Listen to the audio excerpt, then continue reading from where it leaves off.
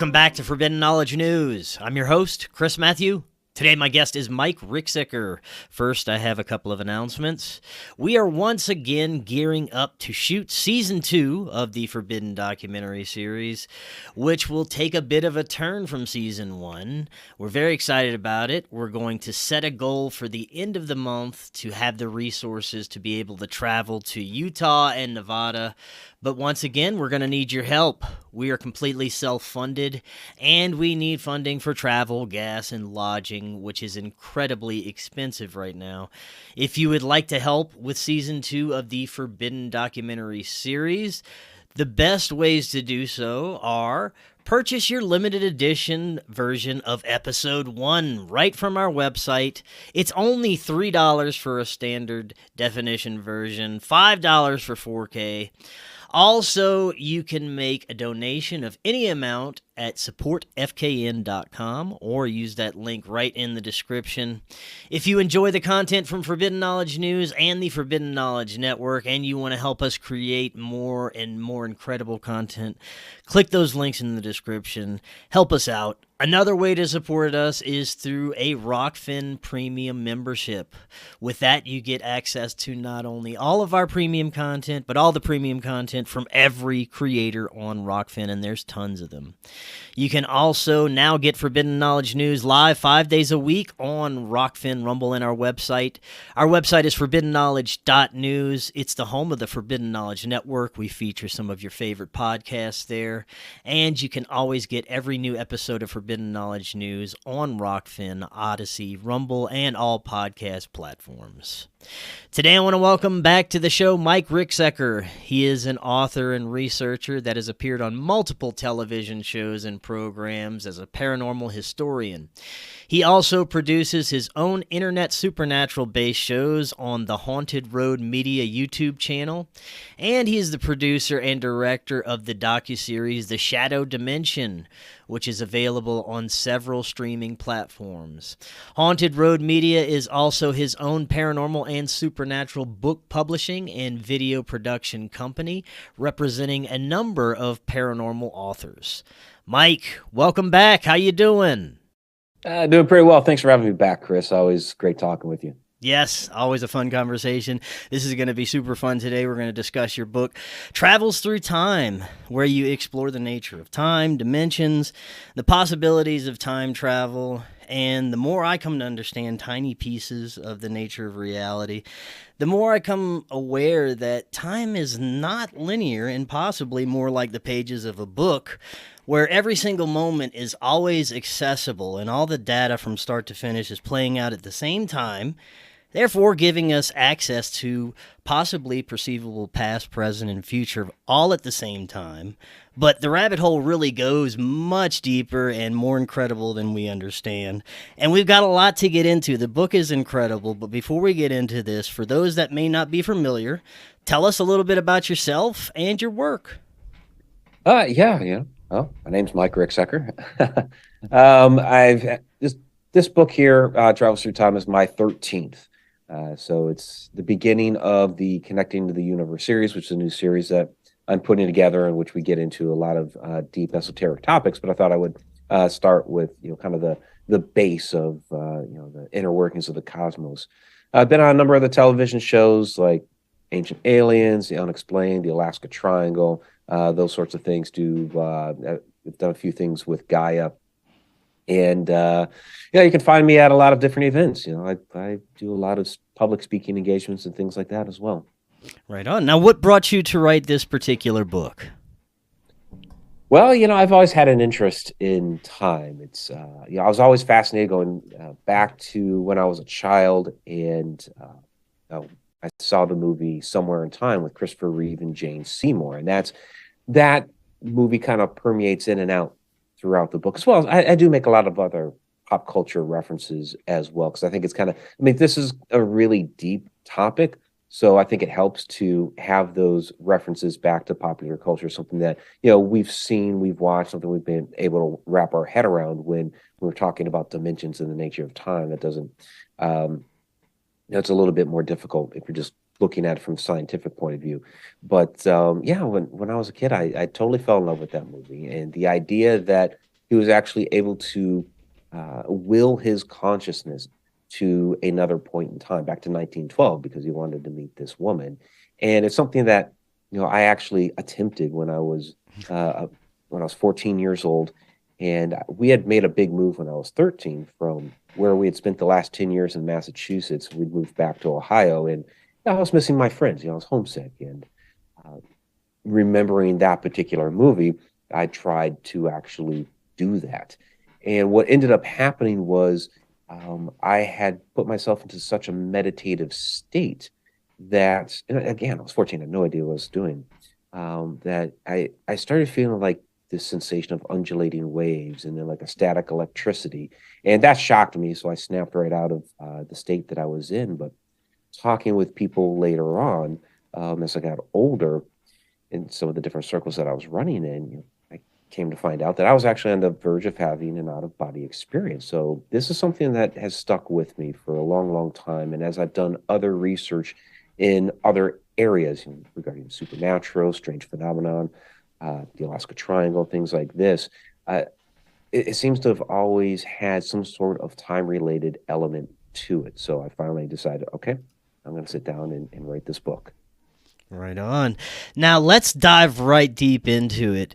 Based on your understandings, all the research you've done for the book, how does the nature of time play out in your understanding?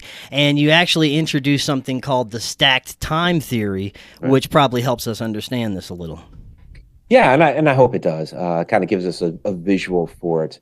So, time doesn't really exist. We've invented time. Humans have invented the concept of time, really to keep track of our days, to know when to plant the crops at the right time, to keep track of the seasons, to know when to show up to work at the right moment so our supervisors don't get upset with us, that sort of thing. So it's a tool that we've created, but time in and of itself doesn't really exist. And even Einstein said just before he died that time is just a stubbornly persistent illusion. It doesn't really exist. And we see in a lot of our ancient cultures that they also believe many of these same type of concepts. So when we're talking about something like what I've come up with here with stacked time theory, it incorporates that notion that time doesn't exist. And it occurred to me a good 20 years ago as I was doing things like paranormal investigations and experiencing different phenomena and what have you, that, okay, perhaps it's not that river of time, that, analogy that we've had for a long, long time, that, every moment that has happened, is happening, and will happen are all happening concurrently. And all of those moments are stacked on top of each other like a photograph. And there are certain moments that will resonate the same frequency for just a brief period of time, and we'll get a glimpse of the other one. So sometimes when somebody says they've seen like an apparition or a ghost, or sometimes an entire scene will play out before them, and a lot of times we call that like a residual haunting or whatever. But in many cases, those people in that scene will turn and look at us as we are the ghosts, and this is what we refer to as a time slip. But kind of like you were saying at the very, very beginning, everything is already here. All the information, all the data, all those moments are already here. And we're kind of stuck within the rules that have been applied to this universe. But sometimes those rules can be bent and broken. We get glimpses of these other moments in time. Now, there's a couple of experiences and phenomena that people have, such as deja vu or the Mandela effect, that I'm wondering if this could be indications of what you're discussing now.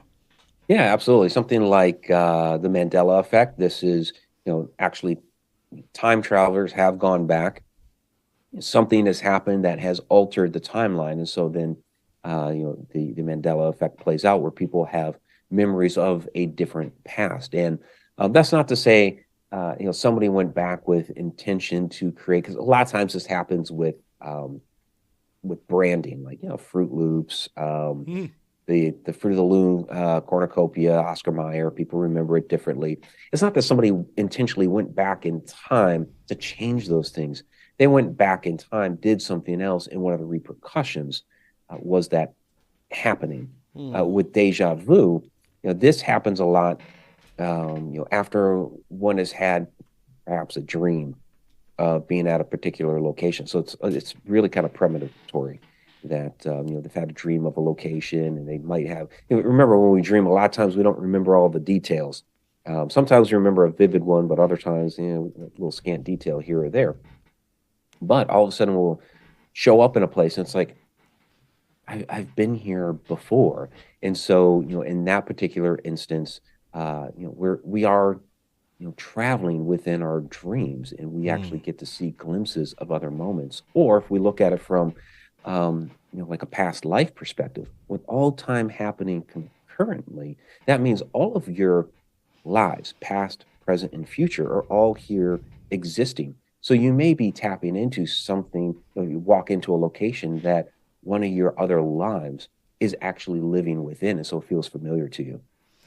We're going to get into some examples of time travel and possible time slips, but before we do that, you also touch on some ancient symbolism and alchemy that could point to the nature of time in our reality. Yeah, absolutely. So the big one for me is the Ouroboros. It's that snake eating its own tail, and it's really our first alchemical symbol that we have, and it was really the symbol for constant recycle and renewal. Where we first see this was on the burial shrine of King Tut. So within the shrine, that's where the sarcophagi were. And it actually encircles his head and his feet. And people kind of don't realize it also encircled his feet. But what's interesting about this, and we have to keep in mind, that this is the oldest representation that we have found to date. That doesn't mean that's the first time it was ever used. Most likely predated that, and this is something that they wanted to be able to basically symbolize the renewal of his life as he passed away. They want him to come back. And so I actually, of all things, liken this to something that we have recently discovered here in modern times, one of our scientific research projects down in Antarctica, the Anita Project and the Ice Cube Project, in which they have basically discovered neutrinos working in a opposite manner than what they're supposed to. They were down there at the South Pole studying these neutrinos coming from space, and they actually detected them running in reverse coming up out of the Earth's core. So through their studies in this nature, and this is a scientific paper that was published earlier this year, the scientists themselves are saying, well, this actually is indicative of a parallel universe running in reverse time. And so when I take that, okay, so we would have two universes, one running in one direction, one running in the other, in opposite ways. So the beginning of one is the end of the other, and the end of one is the beginning of the other. So, it's really the beginning and the end, the alpha and the omega. And we actually see this as well within different representations of the Ouroboros, where, you'll have the two colors, like the red track, the green track. And as they come back around, they meet at the location where the mouth is eating the tail. And so for me, this is indicative of the Big Bang. And again, constant recycle renewal. So then we get to the question, okay, what was before the universe?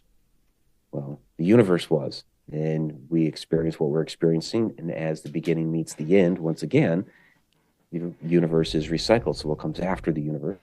Well, the universe. So it's constantly recycling. We see this in our ancient symbolism. So it's possible that our ancient ancestors had quite a better understanding of this and were possibly able to utilize actual time travel in a sense. Is that right? Yeah, I believe that they were, that they knew this knowledge. They were able to move back and forth throughout time. We see things like Stargate symbolism and things like this all over the world. And so, were they also using these Stargates not just to travel across the cosmos, but also to travel back and forth between different periods of time? And I believe that they actually had this knowledge to be able to do so. Because you have things like you look at, I'll probably end up talking a lot about Egypt throughout this, but you even look at other cultures like the Australian Aboriginals, and the Australian Aboriginal culture. This is like one of our oldest religions in the world. We can date it back 60,000 years, and it probably goes back, of course, even further. But in their belief system, it's that, again, time does not exist. Time is all concurrent. And so their gods are still currently living with us right now because time doesn't exist. It's all here right now. Now, you mentioned Egypt. What are some of the clues that you've gotten from looking at some of the artifacts, scriptures, and texts from Egypt? Yeah, well, we already talked about the Ouroboros. Another big one is what we call the Egyptian Book of the Dead, which that's not really the title of it. It's the Book of Going Forth by Day, but Book of the Dead sounds a lot cooler, right? And so what people don't really realize with this, it's not just like one book. It's a series of spells that were used during the funerary rites, and there's like no one complete set of these. So you might have a sarcophagus with a couple of the spells written on it. You might have a small scroll with a few things written on it. The largest one that we have, and the most beautiful and ornate, is the Papyrus of Ani, which was discovered in his tomb. He was a royal scribe, which was a position of great prominence. We don't know if it was written by him or was written by maybe he had scribes commissioned after he passed away to have this written. So it might be his hand, it might not. We don't know, but it's very large, very beautiful, very ornate. And within it, it really just it depicts his journey through the afterlife. So it's a whole entire narrative of him. His wife Tudu is there, and throughout his journey, the entire time, he's dead. He has passed away, but yet he has this, for example, a scene there with Atum, which is the god or Neter of creation, created the universe, and he asked Atum, what will be the span of my life? Now remember, he's already dead. He's already in the afterlife, and he's asking what the span of his life will be.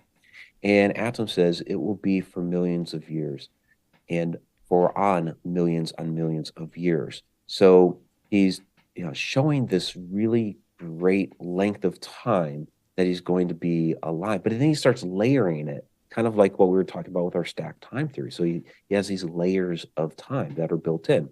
And then he starts talking about in the same page, he starts talking about the renewal of the earth, that the earth will return to the primordial waters, and we will start again, and that Atum himself will turn into a serpent. So here again, we're back to our symbolism of the Ouroboros. So we have a layering of time, and then we have a constant recycling and renewal of the universe. So it's a really beautiful piece. It is. Now, I want to move forward into history to modern times and get your insights into the possibilities that some of our modern sciences and technologies, extremely advanced quantum sciences, and possibly what we're doing at places like CERN could affect the fabric of our time. Well, yeah, they're doing kind of all kinds of interesting experiments there at CERN. You have other places across the globe where they are. Last November, there was a paper published in which they had stated we've built a wormhole in the lab. It's very small on the quantum level, and we had these reporters asking, well, could you put a dog through it? Which kind of, I read the article and scratching my head. Why are we immediately going to? Can we put a dog through this thing? What maybe a probe? Yeah. Something like that. At least the old movie Stargate, they put a probe through first before the people went through. Or at least a robot dog.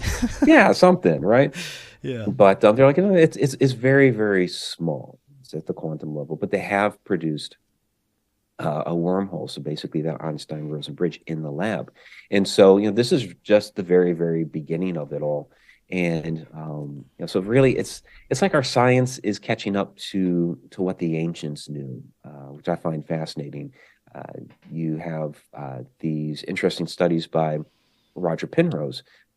He's a fantastic theoretical physicist, been around a long time. People that are familiar with the Penrose stairs, this was coined after his studies, his work, and it's interesting to read his interviews and watch some of his interviews, because he'll say, religiously, I'm an atheist, but I believe, and this is through his work, that after the body dies, the soul goes off to the cosmos, and he can't explain where within the cosmos the soul goes, the consciousness goes, but he's like it goes somewhere else off into the cosmos. So here again, this is something that our ancient religions have been talking about for thousands and thousands of years, and it's like our modern science is just now catching up to it. Now, you were talking earlier at the beginning how you had your own experience where you were trying to time travel through a meditative state, and you reached this vibratory state and snapped out of it. Do you believe that this is something that each and every person could achieve just through self-consciousness exploration and meditation, that we could actually perceivably travel through time with these methods? Yeah, I believe that. When it comes down to real time travel, it's not going to be like a DeLorean and a flux capacitor, which would be really fun. I'd love that. Hop in one and speed up to 88 miles per hour and watch the lightning encompass the car and zoom off to another point in time. But yeah, it's probably not going to be that a machine. It most likely will be consciousness. Traveling via the consciousness, because we're all we're all frequency, resonance, vibration. Our consciousness is on the fourth dimension, and every we have access to all those dimensions below us. Third dimensional object, like this cup of tea here as I continue to nurse my throat. Plane, which is 2D, a line, which is first dimension. All those are accessible to us. And the trick is trying to access the other dimensions that are above us. So like anything fifth dimension and beyond would have free access to time. We are fascinating as humans, though, because our fourth dimensional consciousness is inside a third dimensional piece of work, which is our body. So that makes us all multidimensional beings already. But I believe it's a matter of trying to tune your own frequency, your own personal resonance to the resonance of another point in time. So it would take what I believe, and we accidentally do it sometimes. This moment in time, it has to resonate with the frequency of another moment in time, and also you have to get your body at that same frequency. So there's three different things going on here at the same time. So it'll take a lot of practice, a lot of ironically time to figure it out. But I believe that's what real-time travel will end up being. Yes. Now, you were just saying that these things could just occur at times and we wouldn't realize it. Let's get into some examples of time slips and the possibilities that we are experiencing this maybe even on a daily basis and not even realizing it. And there's different examples that you could give us of different kinds of time slips, right? Right, exactly. I include several within the book. One of the, I'll talk about a couple here. One of the fascinating ones for me, because it involves a close personal friend of mine, Andrea Perrin, who people will recognize her from the stories of the Conjuring house, which is the house that the movie The Conjuring was based off of. Very, very different what really happened there than what they portray in the movie, because those hauntings extended out 10 years, and the incident with the Warrens was really a seance that had gone bad. It wasn't an exorcism. And it was just a couple weeks after that exorcism that Andrea was up doing her homework. Her mother, Carolyn, had woken up, was hungry, wanted some coffee, that sort of thing. So Andrea's helping out. And as Carolyn is sitting in the parlor, she looks off into the dining room area, which is where the seance that went bad happened. She was basically knocked back from the table in the dining room to the parlor. Also, she sees morphing into existence this family from the 1700s. There's a woman cooking over the hearth. Now, this is a fireplace that had been closed at that point for like 100 years. But there she is cooking over the hearth. A couple of kids are running around.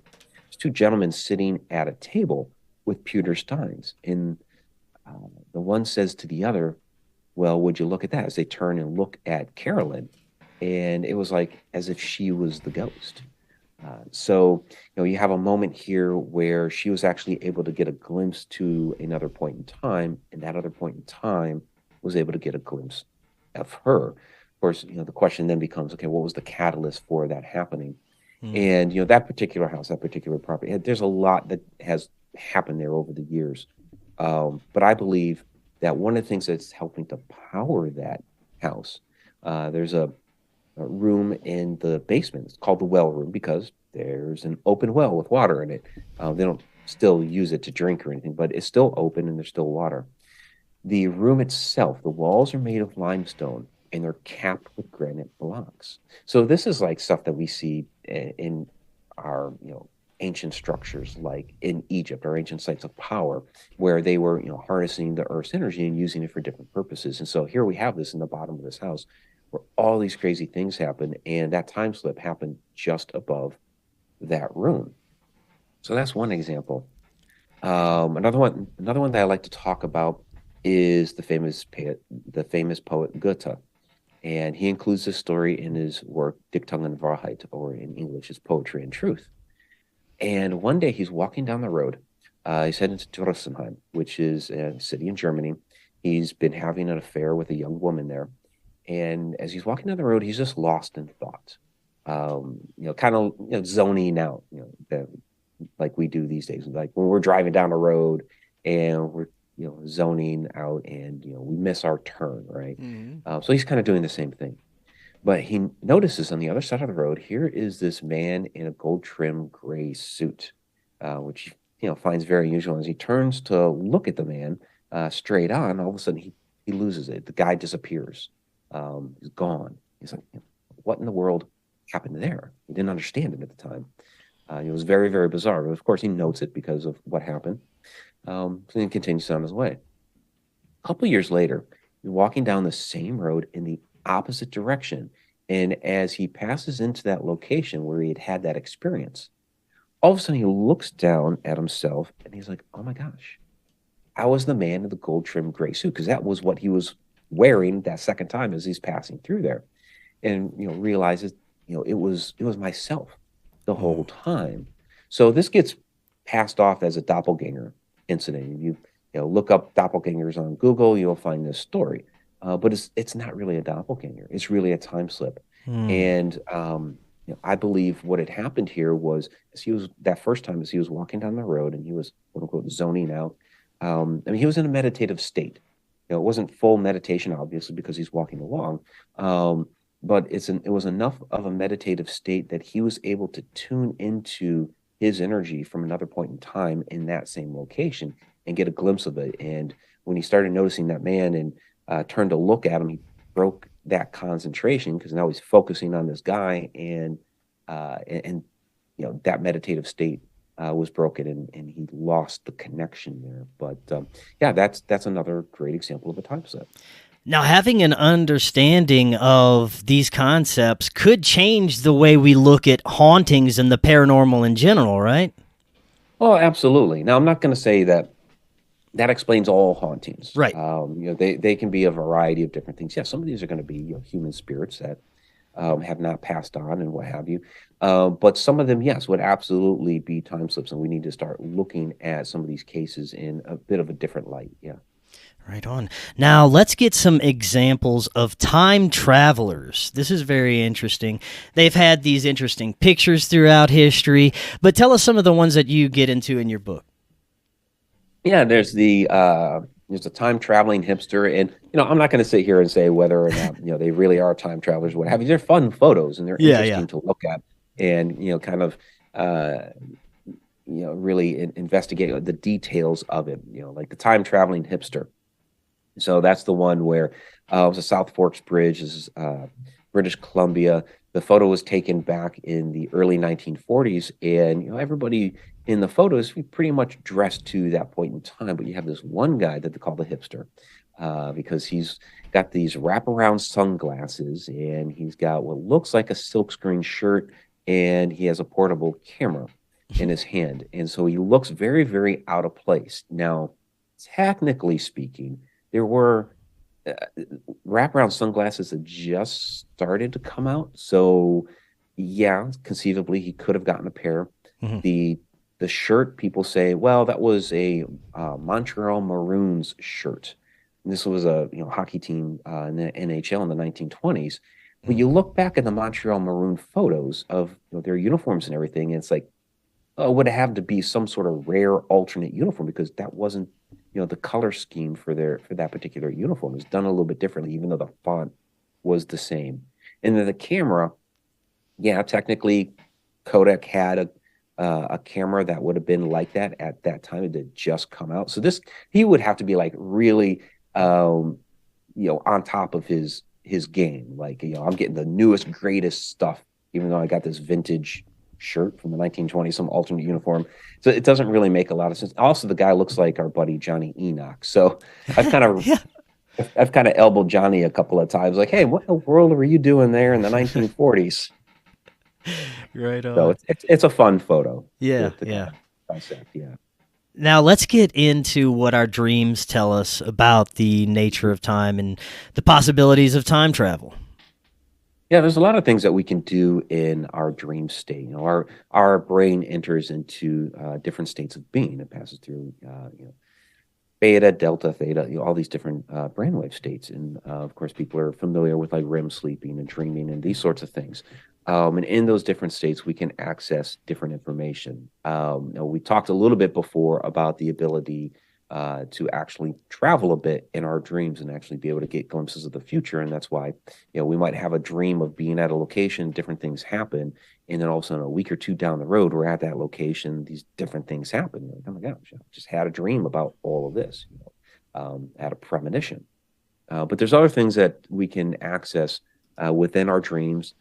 We can access within our meditation, and that would be like the collective unconscious or the Akashic records and these sorts of things. So this is, eternal knowledge that is available to us. Things regarding the past, present, future. It's all there. All the knowledge of the universe currently exists, and we're able to, freely access these things. So, like when it comes to the collective unconscious, it's interesting how over the centuries, you notice that, especially like during the 19th century, during the 1800s, where all of a sudden you would have 5 different eventers all working on the same thing, when they're all in different parts of the world, and it's like, how in the world did they all start trying to invent the same thing when they didn't really have a connection with each other? And so things like that are fascinating, where something's happened with the vibration of the world that this information was a little bit more accessible to them. You have guys like Tesla who, when he was younger, he talked about being able to astral project and things like this. So he was very much in tune with the knowledge of the universe, and I believe that's why he was way ahead of his time. Is he was getting those records and bringing them back here to his current point in time, but it was so far advanced, people would laugh him out of the room for it. So yeah, these things are definitely accessible to us, whether it's through our dreams or through meditation.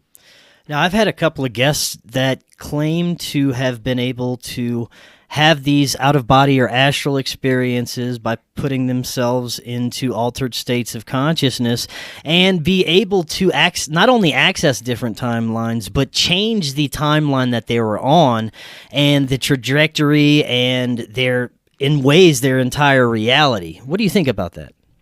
Yeah, I mean, I believe it's possible. I believe that's why we have different things like the Mandela effect play out. And all of a sudden something's changed where, now we have different experiences where, all kinds of people from across the world are like, wait a second, that's not the case. It was, this other way, whatever it might be. So yeah, it's, and the question comes up when we start talking about this, all time existing, the idea of free will. Some people don't like the idea that if everything is there, then that must mean my fate has been written into stone, that everything's predestined and I have no free will. And I don't believe that's the case. I believe you still have the power to be able to change and modify your life. And as we move in and around through time, those changes have a repercussion to whether it's the future or whether it's the past. So yes, the future can influence the past. And I have a very personal story in regards to this, in which, and it's a cute story. Excuse me. Again, I'm still nursing my No throat worries. here. I've done a lot of speaking here lately. Yeah.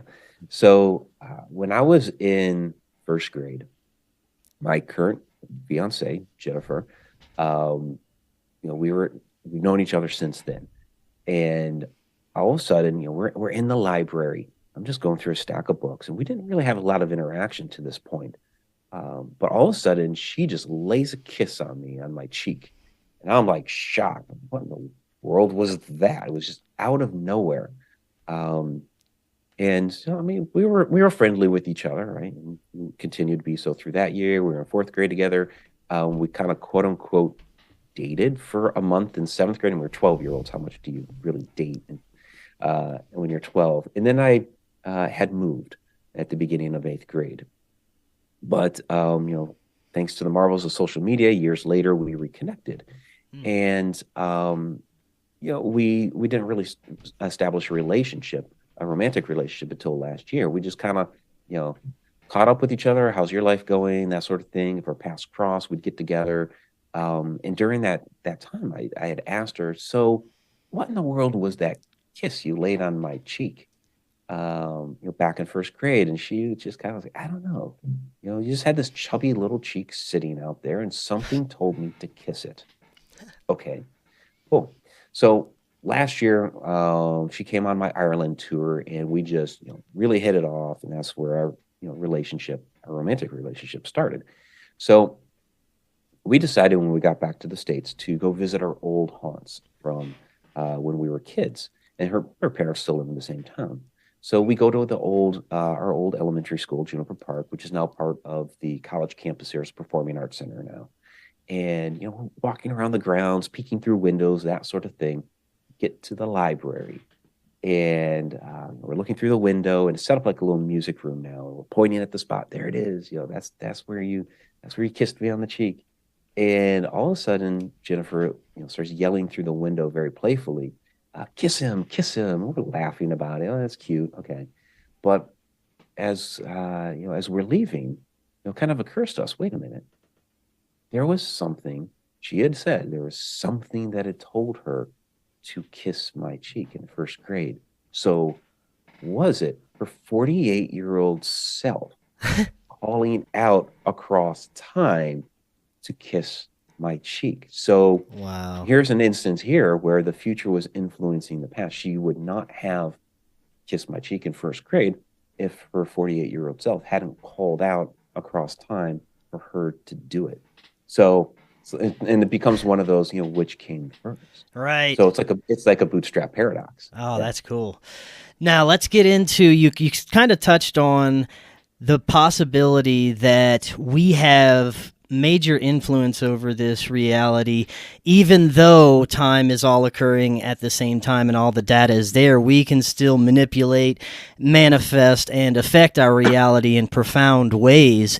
And this also goes to the possibility of some sort of simulated reality. And I know that's a very simple term to put what we're probably in right now, because it's so much more extremely sophisticated and incredible than that.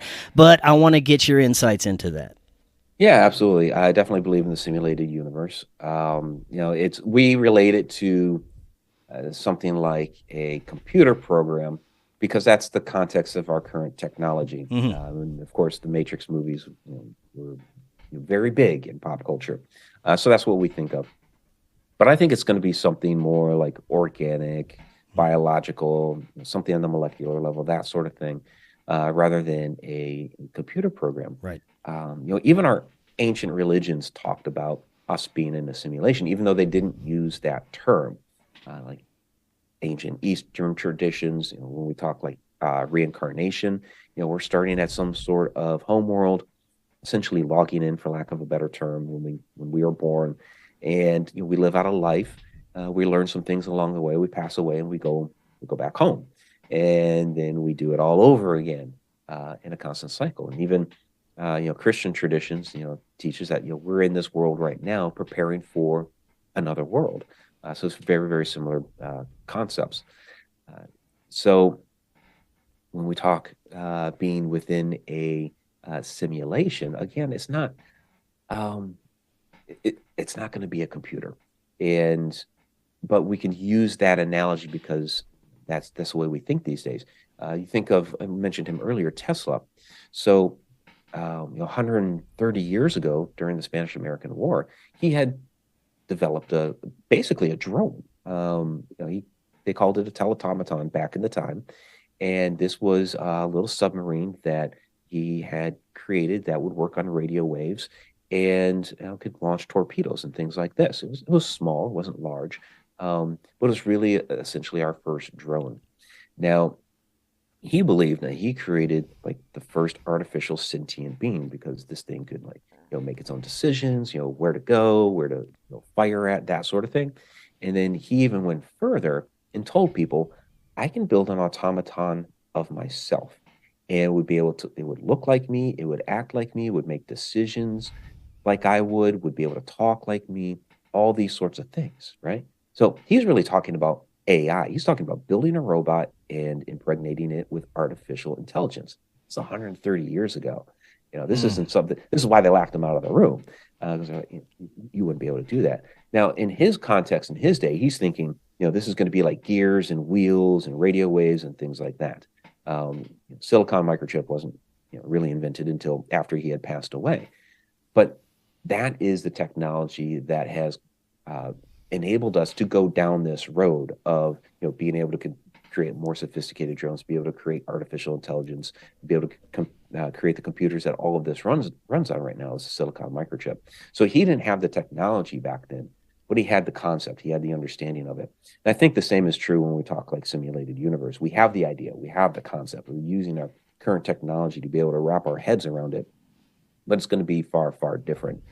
And so when you have, again, we're going to use our context of a computer program, and you can look at it like a computer game or something like that. Take like your take Super Mario, right? Everything was already there on the cartridge when you plugged it in, right?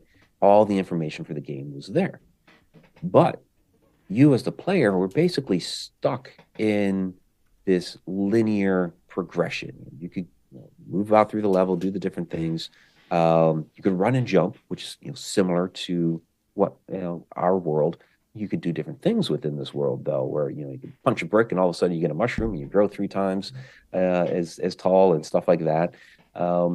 So similar ideas, a lot of things different within the actual game world, but all the information was there. Now, the programmers, when they were putting all of that together, they could move in and about, at their will. And so that's the idea that we're looking at here when we talk about like different dimensions and we're plugging into a simulation. That sort of thing is that we are coming from a higher level, we're coming in from a higher dimension, and if we could take ourselves up to that other dimension, then we would be able to see everything that is there, because all the information is there. Before, when we talk about collective unconscious, the Akashic records, that's where it's all there. It's a matter of being able to try to bend or break those rules to be able to access it. Do you think that synchronicities could be a form of some of this phenomena, like time slips, where we get these messages from the universe and these events happen in our lives that lead us in certain directions if we pay attention, and they can be either beneficial or highly terrible depending on the direction that we take, but these synchronicities are there to lead us in certain directions? And could it be possibly ourselves sending ourselves a message from the future or past?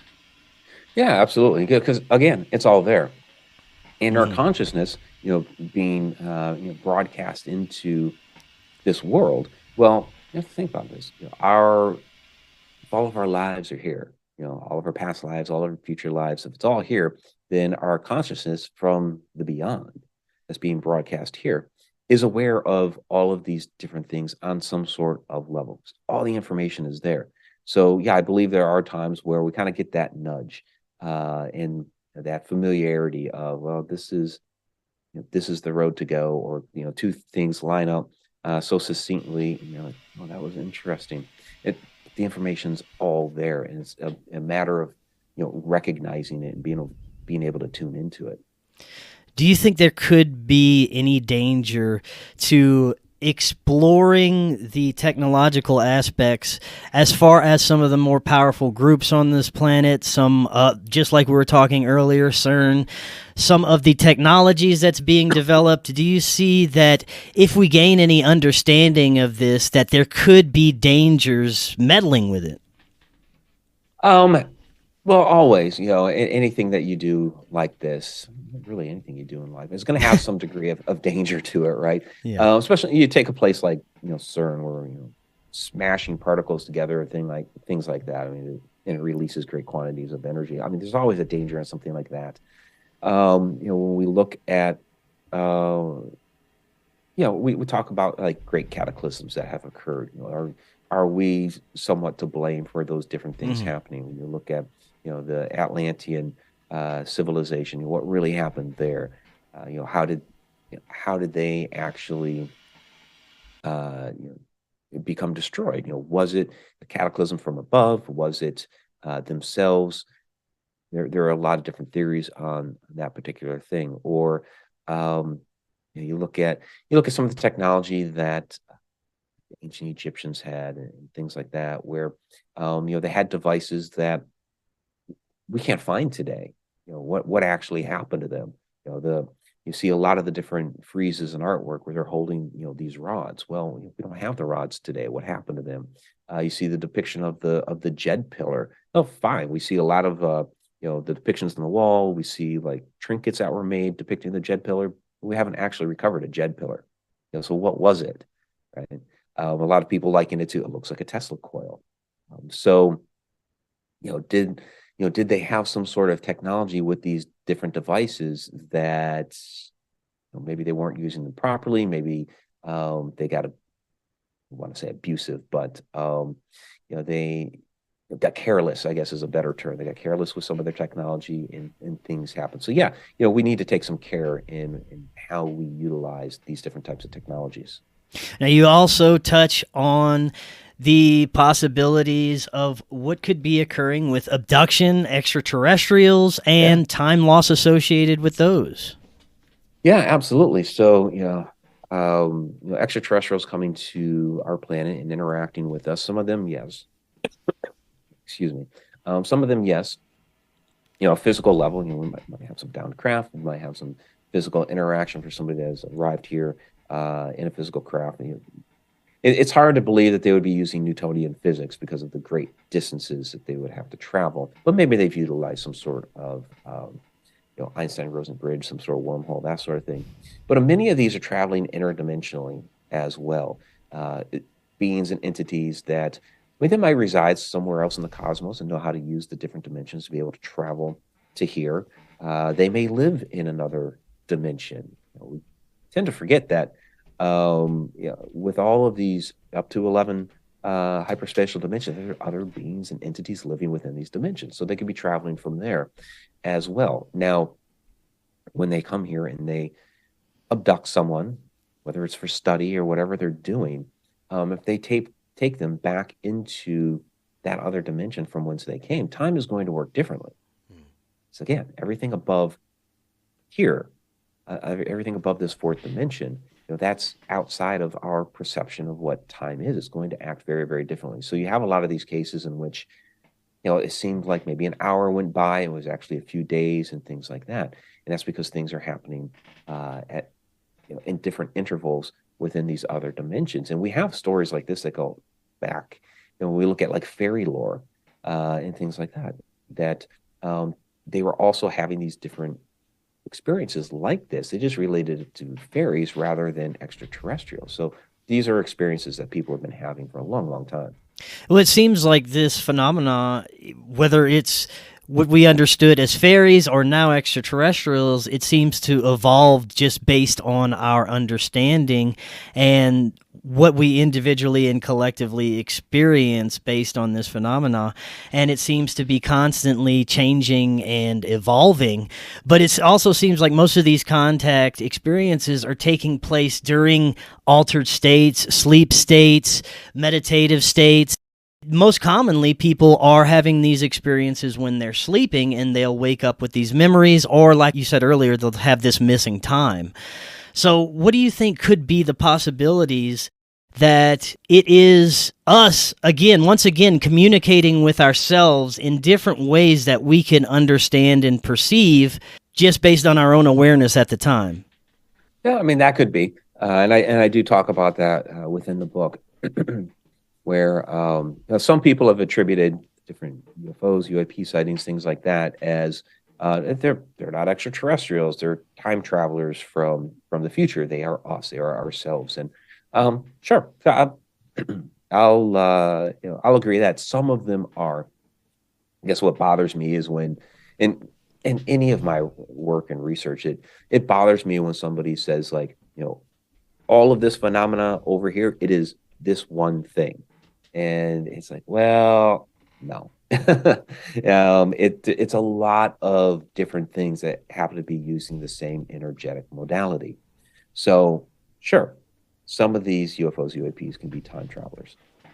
They could be us from the future, or even very distant past. We talked about, hey, the Egyptians, Atlanteans, things like this are having that technology too.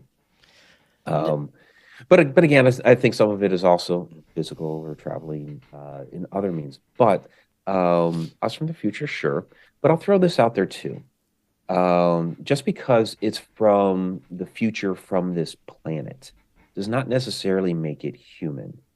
Because our planet's been around for a long, long time, 4.5 billion years. In the grand scheme of the universe, it's kind of small because the universe has been around almost 14 billion, but still a long time. You think about it, the dinosaurs went extinct 65 million years ago, and that's just over 1% of the entire length of the age of the planet. So these evolutionary processes occur over vast periods of time. So humans have only been around a very, very short period of time in the history of the planet. How much longer we remain, well, that remains to be seen. But let's take, 1 million, 2 million, 3 million years from now, 65 million years, a small period of time in relation to the entire length of the planet, because we're going to be around another 5 billion years until the sun takes us out. So let's fast forward to that period of time. Do we really think humans are still going to be here? Maybe. We may have annihilated ourselves by then. Enough things will have changed on the planet to change the climate, change the shape of the continents, all that sort of thing. We may have entered into another ice age. We might not be here, and conditions may have become as such that we may have gone off somewhere else in the cosmos to colonize another planet. Okay, so we might not be here that long in the future, but at some point there could be an extraterrestrial civilization that finds our planet, deems it inhabitable for their race, and sets up shop and develops technology, and perhaps they develop that time travel technology. They want to discover the history of the planet, and they come back in time. So yes, it could be something indigenous to our planet. It could be something from Earth that has traveled back in time here, but it might not be human. And it could even be like another life form, another intelligent life form that has evolved on this planet long, long from now, that develops technology, including time travel, and comes back. So yeah, time travelers, sure, but not necessarily human. Now, while we're on aliens, we're in very interesting times, to say the least, when it comes to disclosure and some of the information that's coming out from our government, mainstream media, and some of the strange events that have been unfolding in different locations, like the UFO crash landing in Vegas and the humanoids being seen in South America, and all over the place. There's some very high strangeness going on. There's a lot of skepticism. There's a lot of folks calling for that there could be a fake alien invasion by our government. There's all kinds of speculation and theories and conspiracies going on right now, but it's super interesting times because we've never experienced any sort of information like this coming out from our own government. So, of course, people's minds are going to run crazy with it, especially because we really haven't had any physical proof or evidence come out about any of this yet. It's all based on what these people are saying, and we're just supposed to blindly believe it. But it is interesting that they're even saying it now. So I want to get your thoughts into what could be happening. Yeah, it's an interesting point in time. And you're right. It's all anecdotal. It's just, we have to trust what they are telling us. At least as far as, well, and what's great about the hearing, what was it, last month now? Or very end of July. When was it? End of July? It was some weeks ago now. Yeah, it was a few weeks ago. Time has flown. And what's great about it is that at least the discussion is happening. The government can no longer just carte blanche deny everything like they have been for decades, because there's too much technology at our disposal now. The common person has a 4K camera in their hip pocket, right? So just, there's something up there. Boom, let me get some video of it. There it is. So they can't continue to deny. So the government is at least acknowledging, okay, something's going on. Now, that doesn't mean they're going to give us full disclosure. And they had the great here and there. You got Grush, you got Fravor, etc. And the conversation is happening. So that in and of itself is a good thing. But like the other day here, the government posts their website, and they've got some of the little videos on there. But it's just a way for them to continue to control the narrative. They're at least saying, here's some stuff that we can't make sense of, and it's stuff that we're all aware of. This is nothing new. We've been aware of these stories for a long time, and they're just saying, okay, we don't have an answer for this, but it's still them trying to control the narrative with giving us a little piece of acceptance for us on our part that yes, we're not totally crazy now, which that part is good, but they're still trying to control as much as they can. And it's so interesting, going back to the possibility of sort of a simulation theory. Could it be that we are manifesting everything that's happening in reality based on our awareness and the events that unfold as we experience them, and as perceivable time goes on, we're introduced to the possibility of aliens and extraterrestrials more and more, and now our authority figures are telling us that it's real and that these entities exist out there. So the more we absorb that into our consciousness, the more we have a collective belief in it. Could it be that we are manifesting or creating these experiences in a way? Well, in a way. So yeah, the more we become accepting of something, the more we introduce something into our lives, the more we're going to see of it. So it used to be decades ago, people really on the fringe that were accepting of this, but we've seen more and more of it over the years. Of course, our pop culture really helped for those things to happen as more movies and books and things like this came out of the subject and began to intrigue people, and people were experiencing things and seeing things in the sky, or like the abduction cases, that sort of thing. So it became more and more and more of our culture, and so yeah, there is definitely a collective power that has risen here, and kind of that subconscious thing. So when we talk about, again, kind of tapping into the collective unconscious, I mean, there is intent behind all of that too. You can, if we just take a meditation, you usually go into that meditation with some sort of intent. And if you're looking for information, it might not happen during that meditation. It might happen several meditations down the road, or even while you're not meditating, all of a sudden the thing manifests, whatever it was that you were looking for. So you take a collective whole of all these people that are now trying to manifest these things, then yeah, we're going to see more and more and more of that. And, we've seen experiments along the way where you have a mass group of people concentrating on like lower crime in a city for a day. All of a sudden, okay, there's lower crime there for that day. So that's a type of manifestation. So when we look at it for something bigger and external to happen, yeah, that's true too, because we're all tapped into the energy of the universe. We're all interconnected, from here to the planet, to the sun, to the solar system, to other galaxies, to the universe as a whole. Everything is connected. Excellent. Right on. Mike, this book is incredible. Great conversation. Before you head out, tell us about anything that you have that's coming up. Yeah, absolutely. We've got a few different conferences coming up here, Phenomicon out in Utah. We've got a Connecting the University event in Middleborough, Massachusetts. So that's a 4-part presentation that I put on, getting into topics like this, time travel. We also get into like stargates of ancient Egypt, Atlantis, these sorts of things. And then, of course, we're going back to Egypt next April. Stargates of Ancient Egypt tour. It's April 16th through the 28th. Also, Conscious Life Expo in February. So, yeah, I got a lot of different things coming up here. Excellent. Mike, always love our conversations. We'll be doing it again in the future for sure. Before you go, let everyone know once again where they can find all your content. Yeah, absolutely. MikeRicksecker.com. That's my primary website. You can find the links to all the books there, to the tours, those sorts of things, my event schedule. And then ConnectedUniversePortal.com is my online learning portal. So come visit that as well. Excellent. Thank you again, Mike. And until next time, everyone, have an excellent evening. We'll talk again tomorrow. We'll see y'all then.